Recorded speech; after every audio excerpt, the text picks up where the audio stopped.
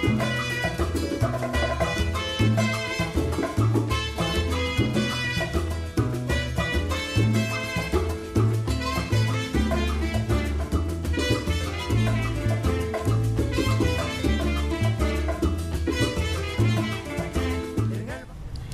evening. Welcome to another edition of Latinos Unidos. My name is Geraldo Reyes, executive producer of Latinos Unidos. To my far left is Ms. Michelle Castillo, our host for the show, and in the center is our guest of the evening, Democratic congressional candidate, Mr. Dan Roberti. Welcome. Thank you. And before we get to Mr. Roberti and the topic at hand, I just want to make some quick announcements in our community. This Wednesday, August, at the Exchange downtown, the Not Here Band will be at Cafe Europa, the Not Here Band. Grace Development Corporation of Waterbury and Hearth Home of Waterbury, Inc. cordially invite you to the groundbreaking ceremony August 1st at 5 Abbott Terrace. And that is another special project for the city of Waterbury. It's a development in which there'll be more opportunities for seniors and people of need to get into some brand new homes. This Friday, August 3rd, returning to Waterbury, Waterbury's own Cheryl Lee Ralph, with a book signing and community event at the Palace Theater. And Cheryl Lee Ralph was one of the original Dream Girls on that production. And we'll talk a little bit more about that. We just came from a meet and greet event at the Grace Baptist Church. Mr. Roberti was there with us, along with a lot of other community leaders from the city of Waterbury, for the Jonathan E. Reed School, where we have 2 minorities and 2 Hispanic minorities leading the school for the first time ever in the city of Waterbury, and that's Mr. Juan Mendoza as principal and Mrs. Dayoka Tomasella as vice principal of the school. And that's great news for the community, great news for the Jonathan E. Reed School. We wish them a lot of luck, and we'll be right there behind them watching their careers develop. This Saturday, August 4th at Library Park from 10 a.m. to 6 p.m., the Rivera and Hughes Community Family Day. Come on out and enjoy food, raffles, music, talent shows. We should have a great turnout, 300, 400, 500 people at the Library Park this Saturday. The 11th of August, we have a block party. We're expecting about north of 1,000 people at the Rivera Park, which used to have the annual block. They used to call it the South End Park. It's now renamed Rivera Hughes Park, and we're expecting about 1,000 people at that event, and that's on August 11th. And I think that's enough for the announcements tonight. Mr. Roberti, welcome to Latinos Unidos. Why don't we start by something simple? Tell us, who is Dan Roberti? First and foremost, thank you so much for having me on the show today. My name is Dan Roberti. I'm running for Congress here in the 5th District, which includes the vast majority of Waterbury. I was originally from Bridgeport, Connecticut. I now live on the other side of the district here, I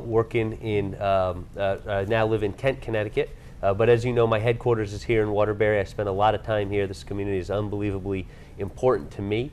And I'm running for Congress because I believe in service. That's what my background is. I'm not a career politician sitting behind a desk coming up with ideas that I think are going to help people. I've been on the ground working with different communities, working from everything from running the day-to-day operations of a homeless shelter right out of college as a member of the Jesuit Volunteer Corps, to working with the Immigration Justice Clinic in my professional career as a public affairs representative. So it's all about being on the ground and helping people, and I believe that that's what government is supposed to be about, and that's why I'm running for Congress. If you don't mind me asking, how old are you? 30 years old. So you just make the mark to be a congressman? Yeah, well, it's, and this district has a good history of it. The youngest congressman was 27. The congressman who currently represents us, when he was elected, he was, I believe, 32. Toby Moffett, who was the last Democratic congressman before him, was my age as well. So, I think there's a good history of electing younger members of Congress who really want to be out there in the streets talking with folks and pushing new ideas, fresh ideas of how to serve and help people. Well, I can tell you one thing, and most of the folks associated with Latinos Unidos, we certainly see that you're not afraid to get your hands dirty, and you've put on your walking shoes, and I think you know the hills of Waterbury is about as good as anybody who lives in Waterbury. So we know you're a trooper, you're a hard worker. We like what we've seen and what we've heard from you. And I only ask the age simply so that people who are thinking, look at him, he looks so young. How old is he? Well, he's old enough to be your congressman, and that's what you need to know. Michelle. Oh, well, this brings me lots of excitement today to bring you on the show. Dan Roberti and the whole Latinos Unido crowd has been dealing with you, and you've been dealing with us and all the events. If anybody goes out and does any community stuff, whether it's like we did the Rivera Hughes ceremony, any community things going on, Dan Roberti has been there. So you may have seen him around and maybe not know who he is, and you may have seen the commercial. So it brings me lots of excitement to have you here. So thank you. Thank you. Para los televidentes que están viendo hoy en su casa, tengo que explicar que hoy tenemos a Dan Roberti, que ha sido todavía no es el candidato, pero uno de los candidatos de demócrata para congresista. Dan Roberti ha trabajado siempre para el público, ha trabajado con los inmigrantes, ha trabajado para los que están desamparados en refugios, trabajando para organizaciones sin fines lucrativos. Él ha caminado las calles de Waterbury constantemente. Él no tiene miedo ir a hablar a una persona. Él es bien joven, tiene ideas frescas, y él lo que quiere es un cambio y ser un demócrata de verdad, y lo ha demostrado con su historial trabajando con estos grupos de non-profit, como decimos en inglés, y también ha trabajado con los refugios del huracán Katrina. O sea, es un candidato que vive para la gente, como es un candidato de verdad demócrata. Thank you, Michelle. And again, for our listening audience, again, this is Latinos Unidos, and we have with us tonight the Democratic candidate Dan Roberti for Congress. Call-in number is 203-753-7593 if you have any questions of us or Mr. Roberti. And what will you change first if you were elected congressman tomorrow? Oh, the number one thing on everyone's minds, and the number one thing I talk about and hear from folks as I've been traveling the streets of Waterbury, is job creation. People are out of work. In the 4 years in the 4 years since the recession, there has been no jobs bill passed. And so look, I don't make promises that I will fix everything that's going on out there, but I will fight every day, if I have the honor of serving you, for jobs. I'm the only candidate out there that has a detailed jobs plan, not just a highlights of talking points, but real in-depth details of ways of spurring innovation to encourage startup companies to grow and small businesses that exist, like the local barber shop, to grow and expand, and giving them breaks while making sure that major corporations that are shipping jobs overseas have to work towards keeping jobs here in the United States of America, to investing in our infrastructure. Our schools, the average school in the U.S. is over 40 years old. And so if we can put people back to work renovating our schools, renovating our roads and our rail, we can create jobs now, help our children, grow our economies for the future. I mean, this is very common sense policies that Washington just doesn't seem to be listening to. Why isn't it working now? We have some pretty intelligent, educated, highly educated congressmen in place right now. Why isn't it working? Well, Congress right now has gotten away from its roots of being a place of debate, of being a place of talking about new ideas and then coming upon a compromise and pushing forward these ideas. You know, it used to be that the late Senator Ted Kennedy and the current Senator Orrin Hatch, who served with Ted Kennedy, they used to be best friends. And then one was a Democrat, one was a Republican. And because they were best friends, even though they didn't agree on policies, they could work together. That doesn't happen anymore.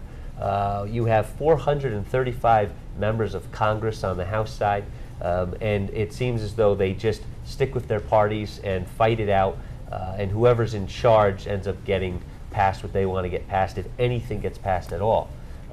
We need to get back to the days of members of Congress working together It is something that I am committed to, growing the Center Aisle Caucus, which is something that our current congressman started, but it's very small right now. It's 40 members out of over 400. We need to grow that to 80 to 100 members. In doing so, we can actually start to work together. Equal number of Democrats, equal number of Republicans. Michelle, I'm going to have you translate that a little bit and then ask your next question. Sorry. It's a lot. Yeah, no, It's I okay, got it's it. okay. I got it. It's all right. I'm a pro at this. You remember? El candidato lo que estaba explicando que antes las personas no importaba lo que eran, si eran republicanos o demócratas. Cuando ganaba cualquier partido que sea, trabajaban juntos. No era que el republicano trabajaba con el republicano y el demócrata solo con el demócrata.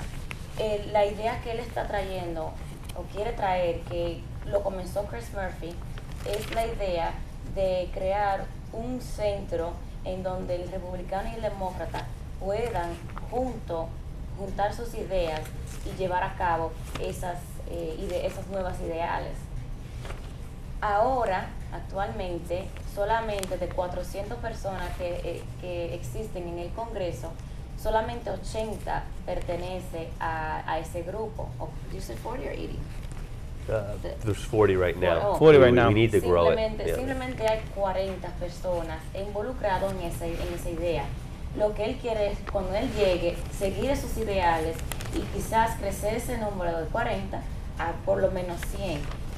La idea de esto es que juntos podemos seguir adelante en vez de estar apartados y separados, lo cual no ha funcionado antes.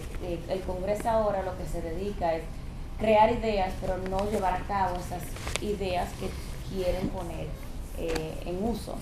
Además, el joven Dan Roberti también dijo que el primer proyecto que tenía era para crear más trabajos. Además, atacar los números de escuelas que tenemos, que la escuela tiene un promedio de 40 años de vieja. O sea, es tiempo de poner construcción para escuelas nuevas, como la actividad que fuimos esta noche. Hay espacio y hay trabajo para reconstruir la escuela. Ya la escuela tiene, reconstruyendo escuelas que ya tienen mucho tiempo que no se han tocado, ahí se puede crear más trabajo para obreros. Y esa es la idea que él piensa. Él ha pasado mucho tiempo en Waterbury y ha observado la necesidad que cada familia de Waterbury ahora requiere. I have a question, especially for our Hispanic viewers and for our young viewers. What is a congressman? And I know we should probably mention that a little bit before, but Congressman is your point person for a voice in Congress. At least that's what I believe. There's congressmen and there's senators, and of course there's the president. Senators represent an entire state. They represent the entire state of Connecticut or the entire state of California, and that's intentional to make sure a big state like California doesn't have more power than a little state like Connecticut down in Washington, D.C. The president, of course, represents the entire country as the executive. Congressman is different from both of those. Congressman represents you directly. In the 5th district, which is what most of Waterbury is in, as well as 40 other towns that are in this district. In those towns, that's made up the same number of people as the 1st district of Connecticut, which is made up of the same number of people as the 5th district of California or the 1st district of Texas or any state anywhere. And the reason for that is so that the same number of people are represented in DC, so that you have, and you sitting at home right now have an equal voice in Washington as everyone else around the country. So I take that very seriously. I say I'm not running to be your congressman. I am running to be your representative, to be the person that you have the direct contact with and can talk to with any issue. La pregunta que le hice al señor Roberti fue, muchos de nosotros no estamos educados o no sabemos qué es un congresista, y lo que le estaba explicando es que el congresista es la persona la cual usted puede comunicarse para que él pueda comunicarse con lo que es no directamente del presidente, pero lo que es Washington, D.C., donde se hace todas las decisiones de tu ciudad, de tu estado, de tu nación. Y él es la persona directa, él es el enlace al senador. El senador representa el estado completo cuando llega allá. Entonces, este sistema se asegura que cada estado está representado en Washington, D.C. igualmente, que nadie tiene más poder que otro. El ejemplo que él usó fue que California, como es un estado bien grande, uno cree que quizá lo que ellos digan le hacen más caso porque tienen más personas, pero no es así. Lo que ellos hacen es que separa el congresista, el senador, todo lo que representa un estado, y le da un balance, que cada voz es igual. Entonces eso es lo que él quiere hacer. Él no quiere ser simplemente lo que él dice, su congresista, sino la persona al cual usted puede utilizar para que su voz sea escuchada a nivel nacional. Como un representante. Un representante. Uh-huh. Y por eso es que es tan importante el votar. La gente se pregunta, ¿para qué votar? Yo no sé lo que un congresista, no sé lo que un senador. Por eso que estamos aquí, para informarle, y el voto es importante y hace, especialmente un hispano, es una voz fuerte. Dan, I'd like to ask you, you mentioned the 40 towns plus Waterbury. The top 4 cities, Waterbury and... Danbury, New Britain, Meriden, Torrington, Waterbury are the 5 big cities in the district. Mm-hmm. Of course, they're all industrial cities like Waterbury, where manufacturing is so important to job creation. And then we have all the surrounding suburbs, Middlebury and Watertown, and then small towns up in the northwest corner of the state, which are very small, rural-oriented towns. So it's a very big and diverse district, and that's why I love it. Okay, we'll take this call. Good evening, caller, you're on. Yes, I'd like to ask a question. Go right ahead, sir. Good evening. How are you? Good, fine. Yes, Am I sir. on? Sir? Yes, my question is for the congressman, future congressman. Yes, sir. How would he address this debacle of for-profit outfits from Texas coming in and taking over our hospitals and healthcare issues in the city of Waterbury, and also women's health is at jeopardy with this particular thought, and I just was wondering, we're very concerned at this point. We'd like to know what Roberti will do with that. Thank you. That's a Thank you for your question, sir. Thank you It's an very excellent much for the question. It's a very important question, especially here in the city of Waterbury, and this is something that's happening in a lot of different places. And for anyone who isn't aware, what he's referring specifically to, in this case, is the for-profit company taking over the hospital system here. It's going to create merging of hospitals. This is something that's also happening around the country. And one of the other issues brought in there too is the women's health care, which is fundamentally important.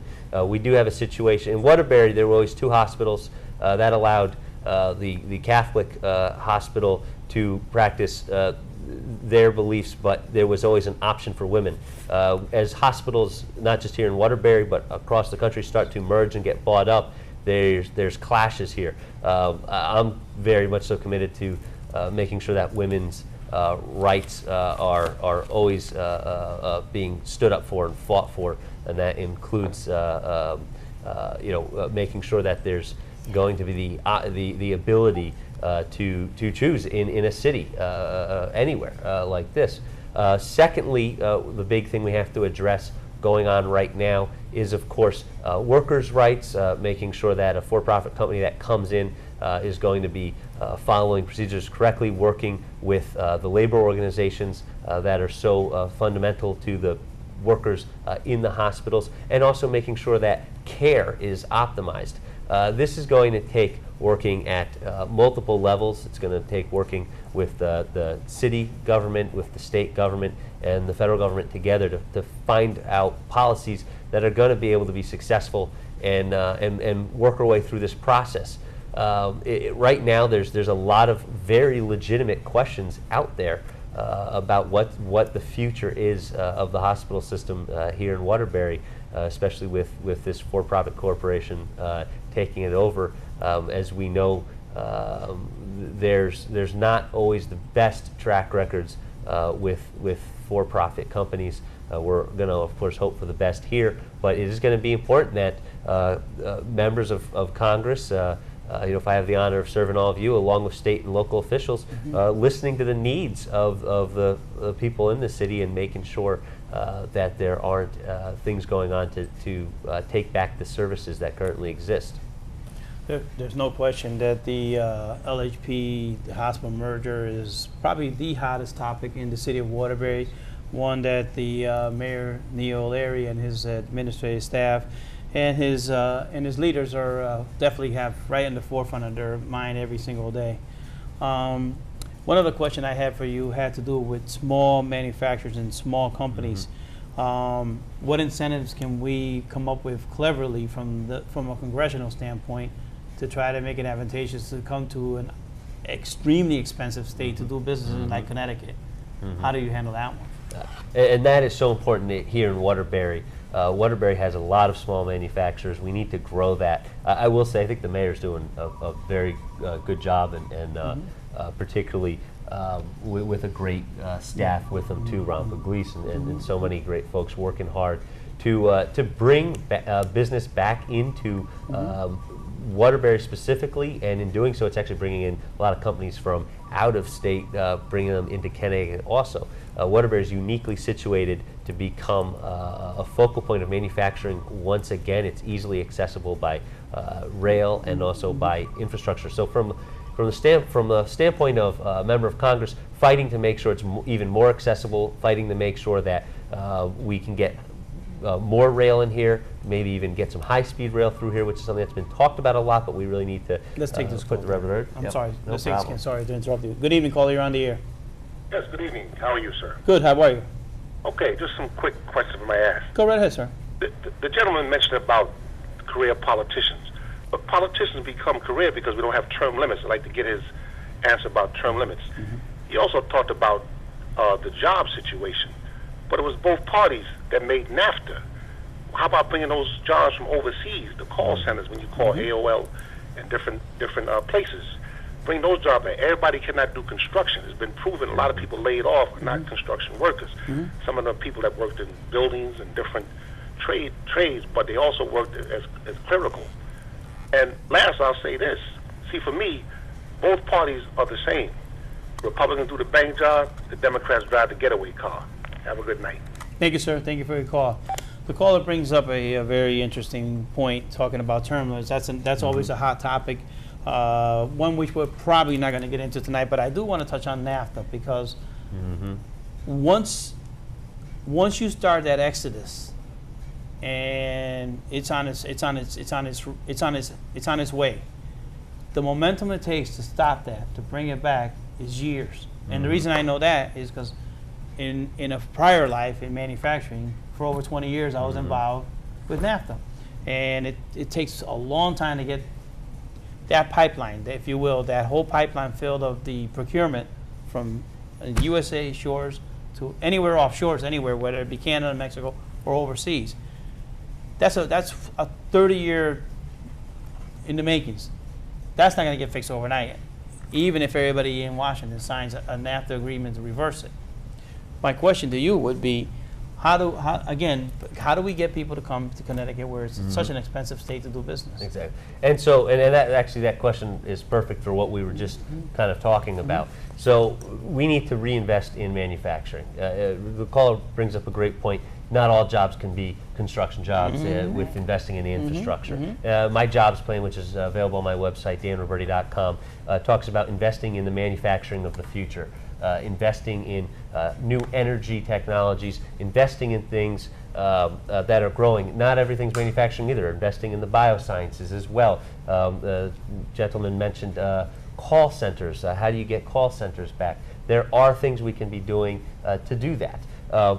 Part of it is going to be incentivizing small businesses and encouraging young entrepreneurs, folks who are at school right now, university, PhD level folks who have great ideas, but rather than having them get sucked up by major global corporations that ship jobs all over the place and even send American educated workers overseas to other places to create jobs, keep them here. Encourage them to start a company here, whether it's a bioscience company or the new next great manufacturing thing. There's actually some students down at the University of Bridgeport. They invented some new type of way of manufacturing sheet metal.